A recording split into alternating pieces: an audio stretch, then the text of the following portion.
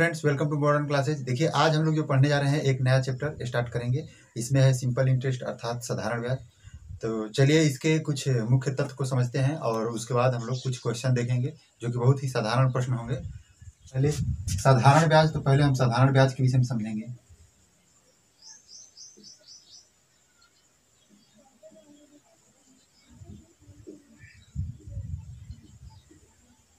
साधारण ब्याज, इसको हम लोग सिंपल इंटरेस्ट बोलते हैं, इसको शॉर्ट में एसआई हम लिखेंगे। साधारण ब्याज क्या होता है, उससे पहले जानने से पहले हम ब्याज को समझेंगे, ब्याज क्या होता है। तो चलिए हम ब्याज के विषय में बताते हैं, ब्याज क्या होता है। जैसे इस बात को हम थोड़ा सा एग्जाम्पल के तौर पे लेके समझें तो थोड़ा सा अच्छा होगा। चलिए हम आपको एक छोटा सा कहानी सुनाते हैं, ध्यान समझिएगा। जैसे एक आदमी है और एक बी है। ए क्या कर रहा है, 1000 रुपया बी को दे रहा है। 1000 रुपया बी को दे रहा है, लेकिन बी 2 साल के बाद, 2 ईयर्स के बाद इस 1000 रुपये को इधर लौटा रहा है। लेकिन क्या है कि कुछ पैसा अधिक दे रहा है। जैसे मान लेते हैं 100 रुपया वो अधिक दे रहा है, 100 रुपया अधिक दे रहा है। यहाँ से अब रिटर्न किया तो वो 1100 रुपया रिटर्न किया। समझ पा रहे होंगे। तो यहाँ से आपको समझना है क्या इसमें ब्याज है, क्या कैसे है। हम कुछ तथ्य को पहले लिख लेते हैं। जैसे पहले हम इससे पहले लिख लेते हैं आपको ब्याज, फिर साधारण ब्याज हो गया, फिर मूलधन, उसके बाद हम लिख देते हैं दर, उसके बाद मिश्र धन,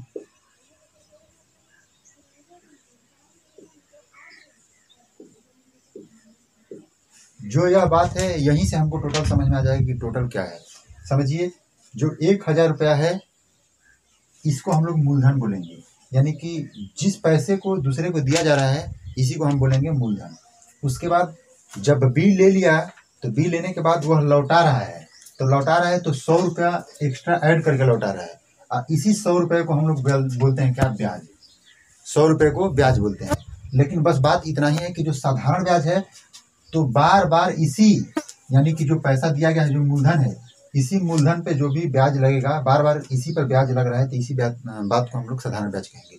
चलिए साधारण ब्याज को आपको फिर से थोड़ा सा बताएंगे, लेकिन उससे पहले इसके विषय में समझ लेते हैं कि जो टाइमिंग लिया गया है, इसको हम तो समय कह सकते हैं कि भाई 2 साल का समय लिया गया है। और साथ ही साथ जो यहाँ तक पहुँचा यानी कि 1100 रुपया रिटर्न कर रहा है, इसको हम लोग मिश्र धन बोलते हैं। तो समझिए, साधारण ब्याज हो गया, मूलधन को हम लोग पी द्वारा सूचित करते हैं, दर को आर द्वारा सूचित करते हैं। चलिए दर क्या होता है इसके विषय में समझ लीजिए। वह किस दर के हिसाब से रिटर्न कर रहा है। तो समझिए 1 साल में वो कितना रिटर्न कर रहा है, 1 साल में 50 रुपया रिटर्न कर रहा है। अब 2 साल में 100 रुपया रिटर्न कर रहा है। समझ पा रहे हैं क्या। जब 2 साल के लिए 100 रुपया रिटर्न कर रहा है तो इसका अर्थ है कि 1 साल में कितना रिटर्न करेगा, वो 50 रुपया रिटर्न करेगा।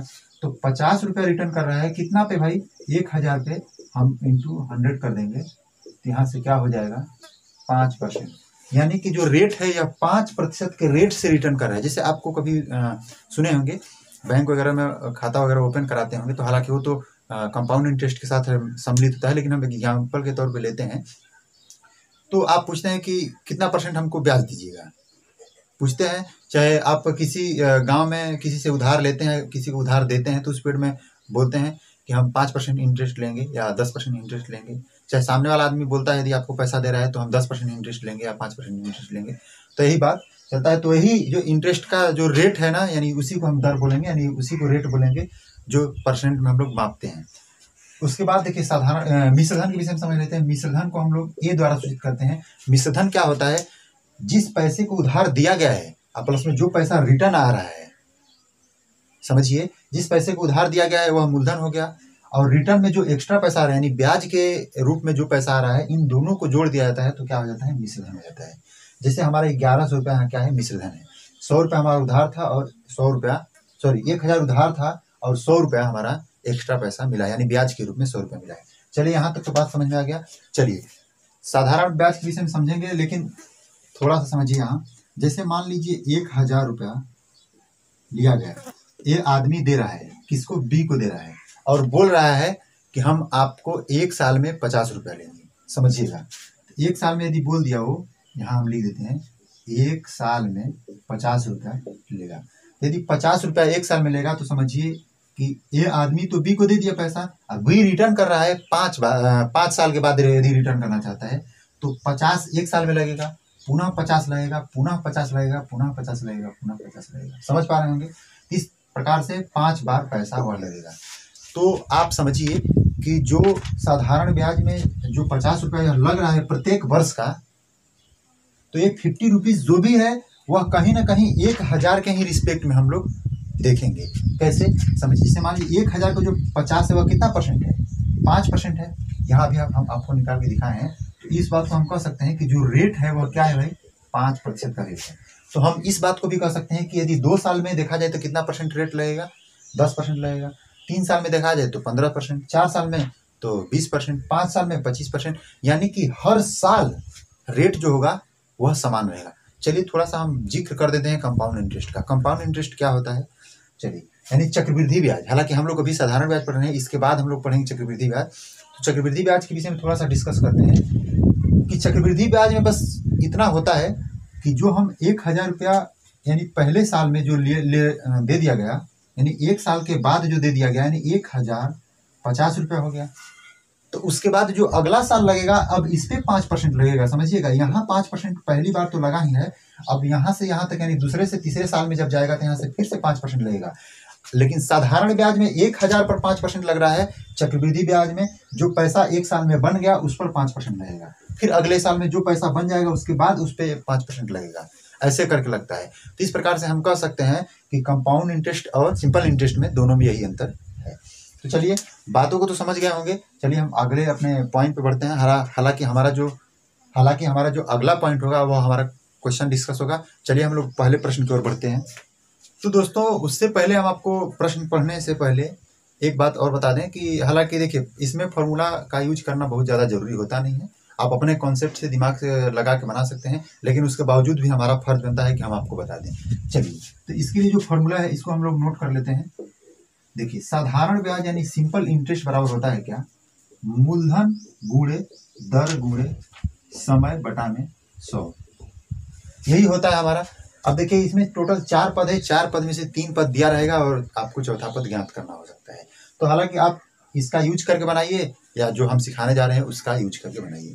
चलिए, हमारा जो पहला प्रश्न कुछ इस प्रकार से है, 500 रुपये की धनराशि 10% वार्षिक साधारण ब्याज की दर से 3 वर्ष के लिए उधार दी गई, उसका साधारण ब्याज ज्ञात कीजिए।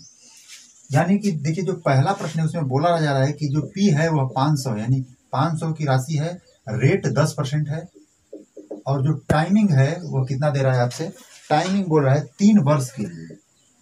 आपको क्या बताना है, साधारण ब्याज बताना है। आप इस पे डायरेक्ट मूलधन, दर और समय तीनों को रखिए, डायरेक्ट निकाल सकते हैं। चलिए, लेकिन हम आपको बता रहे हैं थोड़ा सा विदाउट फॉर्मूला यदि नहीं आ रहे तो कैसे करेंगे। यहाँ बताया जा रहा है, जो अभी इसके पहले जो भी हम बताए हैं, इस बातों को ध्यान में रखा जाए तो बताया जा रहा है कि 10% हमको रेट लगाना है और 3 साल के लिए। तो 1 साल में यदि 10% लगेगा तो 3 साल में कितना लगेगा, 30% लगेगा। तो हम कह सकते हैं कि जो मूलधन है यानी 500 है, इसी 500 का 30% जो होगा वही हमारा क्या होगा, सिंपल इंटरेस्ट होगा, यानी SI होगा। तो इस प्रकार से हम कह सकते हैं कि 5 3 15 150। देखिए, यह सब बहुत छोटा छोटा प्रश्न है, लेकिन बेसिक हमारा यहीं से तैयार होता है। चलिए हम लोग अगले प्रश्न की ओर बढ़ते हैं। तो चलिए दोस्तों, हमारा अगला प्रश्न कुछ इस प्रकार से है, साधारण ब्याज की किस वार्षिक दर से 600 रुपया का 10 वर्ष का साधारण ब्याज 120 हो जाएगा। यहाँ से आपको ध्यान देना है, जो मूलधन दिया जा रहा है 600 रुपया और SI जो दिया जा रहा है वह 120 रुपया बताया जा रहा है हमसे कि 120 रुपया हो जाएगा। टाइमिंग जो दिया जा रहा है वह 10 साल का दिया जा रहा है, और रेट हमसे क्या किया जा रहा है, पूछा जा रहा है, यानी किस रेट की दर से, यानी किस दर से जो 600 रुपया है वह 120 रुपया हो जाएगा 10 वर्षों में। तो आप समझिए कि हम पहले काम कर लेते हैं कि आखिर जो साधारण ब्याज है वह कितना परसेंट है, पहले हम ज्ञात कर लेते हैं। तो 120 बटा में 600 गुणे 100, क्योंकि जो साधारण ब्याज है इसी मूलधन पर ही बढ़ा हुआ है, तो 120 को पहले हम परसेंटेज में चेंज कर लेते हैं। तो यहाँ से हमारा पता चलता है कि 6 दूना के 12 यानी कि 20% हमारा यहाँ से तो आ गया। लेकिन और बताया जा रहा है कि यह जो 20% बढ़ा है कितने सालों में बढ़ा है भाई, 10 सालों में बढ़ा है। तो 1 सालों में कितना बढ़ेगा, आप 10 से भाग देख लीजिए या डायरेक्ट भी देख सकते हैं। इस प्रकार से हम कर सकते हैं कि 1 साल में 2% बढ़ेगा। नहीं यदि समझ में आ रहा है तो आप इस फॉर्मूला का यूज कीजिए, वैसे बना लीजिए। तो चलिए दोस्तों, हम लोग अगले प्रश्न की ओर बढ़ते हैं। अगला प्रश्न कुछ इस प्रकार से है, वह धनराशि ज्ञात कीजिए जिस पर 7% वार्षिक ब्याज की दर से साधारण ब्याज 280 रुपया है, जो 4 वर्ष की अवधि के लिए उधार दी गई। ध्यान से देखना है आपको, जो साधारण ब्याज बताया जा रहा है इसमें वह 280 रुपया है, और उसके बाद जो टाइमिंग बताया जा रहा है, टाइमिंग हमसे कहा जा रहा है कि 4 साल के लिए, और हमसे क्या बताया जा रहा है, रेट बताया जा रहा है, रेट बताया जा रहा है 7%, और मूलधन हमसे पूछा जा रहा है। तो देखिए यहाँ मूलधन पूछ रहा है, थोड़ा सा आप इसके विषय में सोचिए क्या कि 1 साल में 7% बढ़ रहा है, तो 4 साल में कितना बढ़ेगा, 7 चौके 28% बढ़ेगा, तो 28% बढ़ गया, और साधारण ब्याज कितना है, 280 है। इसका अर्थ है क्या कि जो हमारा साधारण ब्याज बढ़ा है वो कितना बढ़ा है भाई, 28% बढ़ा है, इसी का वैल्यू दिया है 280, तो हम उसका वैल्यू निकाल देते हैं पहले, 1% का वैल्यू। 1% का मान हम ज्ञात कर सकते हैं डिवाइड करके 28 से, क्योंकि 28 क्या है हमारा, 28% ही 280 है, इंटू हम क्या कर देंगे 100, 100 क्यों करेंगे भाई, क्योंकि मूलधन हमारा 100% होगा, उसमें 28% क्या लगा है, ब्याज लग गया। इस प्रकार से हम कह सकते हैं कि हमारा जो मूलधन होगा वह क्या होगा, 1000 रुपया होगा। यही बात है, और हम लोग अगले प्रश्न की ओर बढ़ते हैं। अगला प्रश्न कुछ इस प्रकार से है, 1500 रुपये का धन 6% वार्षिक दर से 5 वर्ष के लिए उधार दिया गया, अवधि के अंत में मिश्रधन हो जाएगा। आपसे यहाँ मिश्रधन पूछा जा रहा है, और जो दिया है इसके विषय में देख लीजिए। मूलधन दिया रहा है हमसे, जो मूलधन दिया है वो 1500 दिया है। उसके बाद जो बोल रहा है कि रेट है वह 6% है, टाइमिंग जो दिया है वह 5 वर्ष के लिए है, और हमसे ए पूछ रहा है। तो चलिए आपको पहले अभी शुरू में बताए हैं कि ए का अर्थ होता है कि मूलधन में हम सिंपल इंटरेस्ट को ऐड कर दें, उसी को हम क्या बोलते हैं, मिश्रधन बोलते हैं। यही मिश्रधन हमसे पूछ रहा है, तो हमको तो पी पता है लेकिन एसआई पता नहीं है। आप एसआई ज्ञात कीजिए। तो एसआई ज्ञात करने के लिए क्या करेंगे भाई, चलिए एसआई के लिए हम क्या करेंगे, आपको ध्यान देना है कि 1500 रुपया है, 6% 1 साल में 5 साल के लिए, तो 6 5 30% कह सकते हैं। तो 1500 का 30% आप निकाल दीजिए, तो डायरेक्ट यहाँ से पता चल जाएगा, 15 तियां 45, 450 रुपया। 450 रुपया तो हमारा एसआई हुआ। तो आप ये आसानी से निकाल सकते हैं, मूलधन और एसआई को जोड़ना है, यानी 1500 प्लस 450 अर्थात 1950 रुपया हमारा क्या हो जाएगा भाई, आंसर बनेगा। बहुत ही छोटा छोटा प्रश्न है, ये बेसिक का मुख्य जड़ होता है, यहीं से हमारा आगे का थोड़ा बड़ा बड़ा प्रश्न बनता है। चलिए दोस्तों हम लोग अगले प्रश्न को बढ़ते हैं। अगला प्रश्न कुछ इस प्रकार से है, 5% वार्षिक ब्याज की दर से 500 रुपये का कितने वर्ष में साधारण ब्याज 150 रुपया हो जाएगा। ध्यान से देखना है आपको कि जो बताया जा रहा है हमसे, मूलधन जो बताया जा रहा है 500 रुपये बताया जा रहा है, और रेट दिया है हमसे, देखिए रेट क्या दे दिया है 5% के रेट से, और जो टाइमिंग है वो हमसे पूछ रहा है कि कितने वर्षों में। जो एसआई बताया जा रहा है वह क्या बताया जा रहा है, 150 रुपया हो जाएगा। चलिए यहाँ जो बताया जा रहा है कि कितने सालों में हो जाएगा, समझिएगा कितने सालों में हो जाएगा, तो उससे पहले हम कर लेते हैं कि जो 150 है वह इसका कितना परसेंट बढ़ा है, पहले काम कर लेते हैं। तो कितना परसेंट बढ़ा है, तो 150 मूलधन पे बढ़ेगा, तो हम क्या कर लेते हैं 500 और इंटू 100 ऐसे मल्टीप्लाई कर देंगे, 5 3 15 यानी कि 30%। यहाँ से तो पता चल रहा है कि 30% हमारा आंसर आ रहा है, यानी कि जो साधारण ब्याज है वह कितना परसेंट बढ़ा है भाई, 30%। अब मान लीजिए यदि एक वर्ष में 5% बढ़ रहा है, तो कितने वर्षों में वह 30% हो जाएगा। यहाँ से आप भाग दे के देख सकते हैं, 5 6 30, यानी कि 6 सालों में 30% हो जाएगा। यहाँ से हमारा जो आंसर बनेगा क्या बनेगा, 6 साल। तो ये सब देखिए, इसके लिए पेन कलम उठाना कोई आवश्यक नहीं है, आपका माइंड यदि सर्कुलेट है, अच्छा से चल रहा है, तो आप बना सकते हैं। तो चलिए दोस्तों हम लोग अगले प्रश्न की ओर बढ़ते हैं। अगला प्रश्न कुछ इस प्रकार से, यही हमारा लास्ट प्रश्न भी होगा। चलिए, कोई धन 3% वार्षिक ब्याज की दर से 10 वर्ष में 650 हो जाता है, वह धन ज्ञात कीजिए। दे रहा है कि रेट जो है 3% से, और टाइमिंग क्या दे रहा है यहाँ 10 वर्षों में क्या हो जा रहा है, 650 हो जा रहा है, यानी यहाँ ए का वैल्यू दिया है कि 650 हो जा रहा है। समझिएगा यहाँ जो दिया है मिश्रधन का वैल्यू दे दिया है, तो आप समझिए कि मिश्रधन अर्थात क्या, यह मिश्रधन मूलधन और एसआई को, यहाँ जो दिया है मूलधन और एसआई को जोड़ के दिया गया है, तो 650 रुपया हो जा रहा है। आप यहाँ से पहले ज्ञात कीजिए कि हमको जो ज्ञात करना है तो मूलधन ज्ञात करना है। जो मूलधन पूछ रहा है यहाँ से देखिए 3% रेट है और 10 साल के लिए, तो 3% 1 साल में, तो 10 साल में कितना हो जाएगा भाई। यहाँ से पता चल रहा है कि जो हमारा सिंपल इंटरेस्ट हो जाएगा वह कितना हो जाएगा 30% हो जाएगा।